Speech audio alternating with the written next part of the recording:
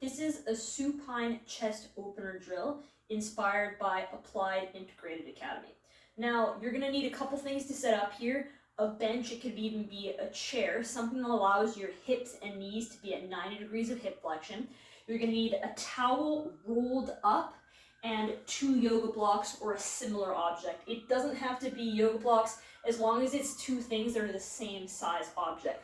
Now, this towel roll is essential. It's going to be placed underneath the curvature of our neck. Now, the thickness of that towel roll is going to depend on your own neck curvature. So find something that works. What we're looking for is that if I was lying on my back here, that our chin is pointing straight up. It's not excessively tilted back or chin down. Now, I'm going to set up in position here so you can see. That towel roll is supporting the curvature of my neck here, allowing my chin to point straight up to the ceiling. My legs are at 90 degrees of hip flexion.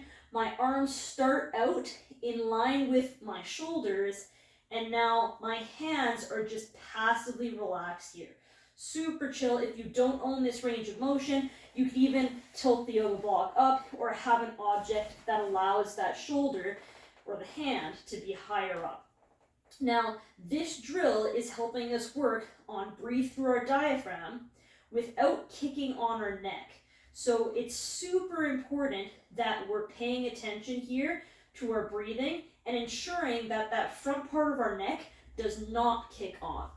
So in position here, chin's pointing straight up, arms out to the side, completely relaxed here. I'm going to start with a exhale, 5 to 8 second exhale, like I'm fogging a mirror with an open mouth exhale.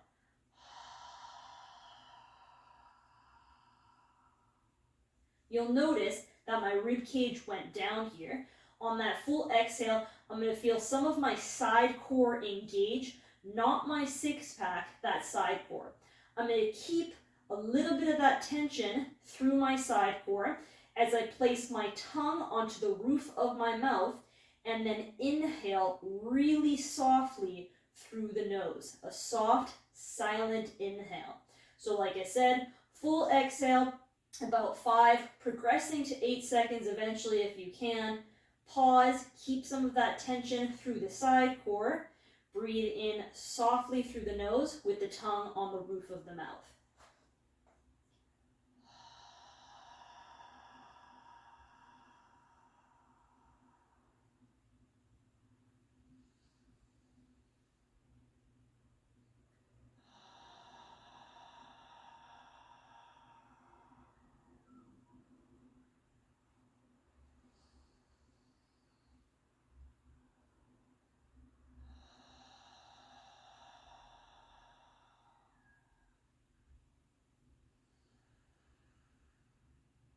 Now, when I breathe in, I feel a little bit of expansion through the front of my chest, but I don't feel my neck kick in.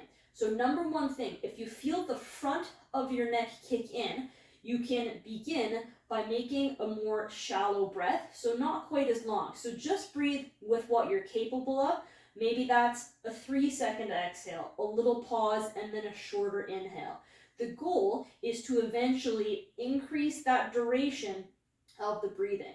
But we never want to breathe aggressively here. We always want to think super soft, calm, relaxed breathing here, as opposed to kind of a fast output breathing. So super calm, relaxed breathing. If you need to, make it a little bit more shallow. So like I said, we want to make sure that we don't feel that neck kick in. So maybe I can last about 3 seconds. Then just before that neck kicks in, that's when I would begin to exhale. So make sure, like I said, that that neck doesn't kick in. Another common mistake that you'll see is people will kind of shrug up into their ears. We want that expansion to be up this way as opposed to vertically into your shoulders. So keep an eye out for that. If you lose your connection to your back to the floor as you breathe in, you might extend through your rib cage here. What you can do is you can pull down a little bit and back on that bench or object to get you some hamstrings, which will help you keep your low back connected to the floor here. Like I said, the goal here, super slow, calm, relaxed breathing. Exhale through the mouth.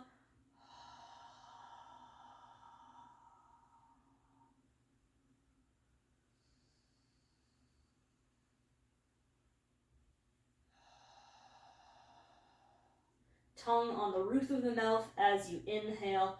Really calm breathing here throughout this drill. And ideally, we want to build up here and try and get to 8 to 10 breaths that with about a 5 to 8 second exhale here until we progress this drill to something a little bit more complex.